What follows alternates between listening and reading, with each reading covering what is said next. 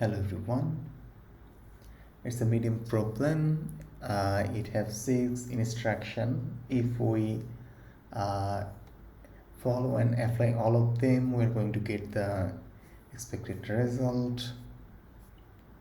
So let's see and go one by one and make sure that we implemented those things. So first of all, it says read in and ignore any leading white spaces. So any white spaces which is at the beginning, we're going to ignore those, like this one. So here in code we have implemented that if there is any leading space, we're going to continue. And to do so, actually we have defined some things like if it have any first character and have any digit on the num string, and also the allowed characters or the integer numbers. So if we go to the next thing, it says check if the next character, if not already at the end of the string, is minus or plus. Read this character in if it's either. This determines if the final result is negative or positive respectively. Assume the result is positive is neither is present.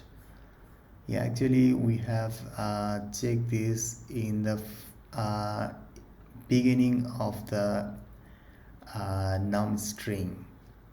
If num string's length is 0 or we don't have any first string, we have added it. And there is another tricky thing: if we have multiple those, we have just break it, which means we have stop processing to the next index.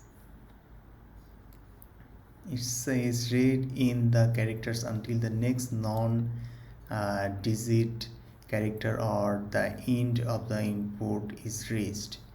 The rest of the string is ignored. So actually if anything is not allowed, appears is going to break actually. And also we need to convert it from this digit or the string into the integer, which means the leading 0 is not going to be there.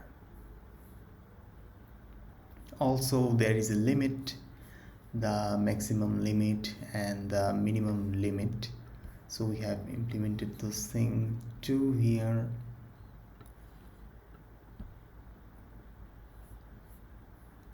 And yeah, written the final result.